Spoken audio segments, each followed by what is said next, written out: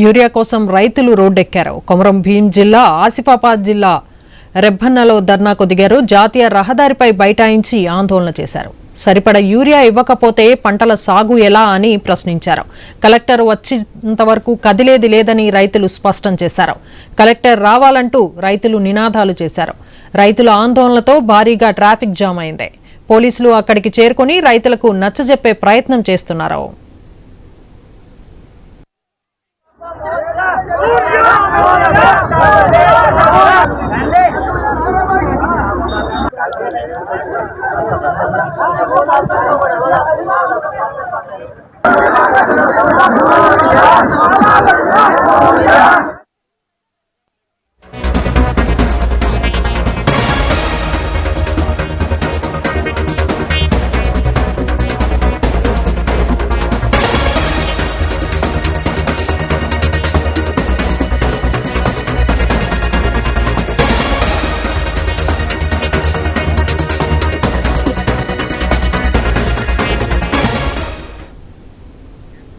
మెదక్ జిల్లాలో యూరియా కోసం రైతులు ఆందోళన చేస్తున్నారు. చేగుంట గాంధీనగర్ చౌరస్తా వద్ద రాస్తారోకో నిర్వహించారు.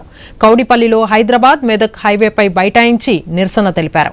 రామాయంపేట ప్రాథమిక సహకార సంఘం వద్ద గంటల తరబడి నిలబడలేక చెప్పులను క్యూలో పెట్టి వేచి చూస్తున్నారు. నిజాంపేట మండలం నస్కల్లో తెల్లవారుజాము నుంచే యూరియా కోసం రైతులు బారులు తీరారు. యూరియా కావాలని నినాదాలు చేశారు. వరి పొట్ట దశకు వచ్చిందని, ఈ సమయంలో యూరియా వేయకపోతే దిగుబడి తగ్గే అవకాశం ఉందని రైతులు ఆందోళన వ్యక్తం చేశారు. ప్రభుత్వం స్పందించి తక్షణమే అవసరానికి తగ్గట్టుగా యూరియా సరఫరా చేయాలని డిమాండ్ చేశారు.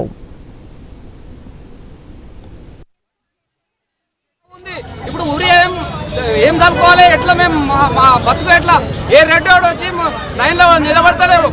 లోత పేద కుటుంబం రోడ్ల మీద వస్తున్నాం. ఏంటో పక్కకాలి ఊరియాలు పోతాయి. వందల ఎకరాలు వేసుకున్నాం, 4 ఎకరాలు 3 ఎకరాలు వేసుకున్నాక ఊరియా ఉండదు. ఇది ఏంది? ఏం ప్రభుత్వం, ఏం రాజకీయం, ఇది ఏంది? అధికారులు ఏం చేస్తున్నారు? ఏంటికి వ్యవసాయం చేసుకునేది కాదు, మేము ఇంకా వేరే చేసేది కాదు. అగ్రికల్చర్ మేడం 50 సంవత్సరాలు ఉన్నాక ఊరు ఇయ్యాలి. అమ్మాయి రేపు రావాలి. రాత్రి 2 గంటలకు వచ్చి ఉన్నాము. 550 సంచార్జినా కానీ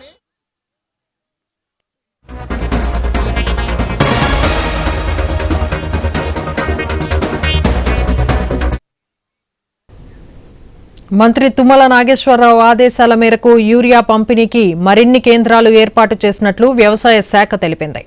యూరియా పక్కదారి పట్టకుండా పగడ్బందీగా రైతుల వేదికల ద్వారా పంపిణీ చేయనున్నట్లు అగ్రికల్చర్ డైరెక్టర్ గోపి చెప్పారు. రాష్ట్ర వ్యాప్తంగా 500 రైతులు వేదికల ద్వారా యూరియా పంపిణీ చేయడానికి ఇప్పటికే అధికారులు ఏర్పాట్లు పూర్తి చేశారు.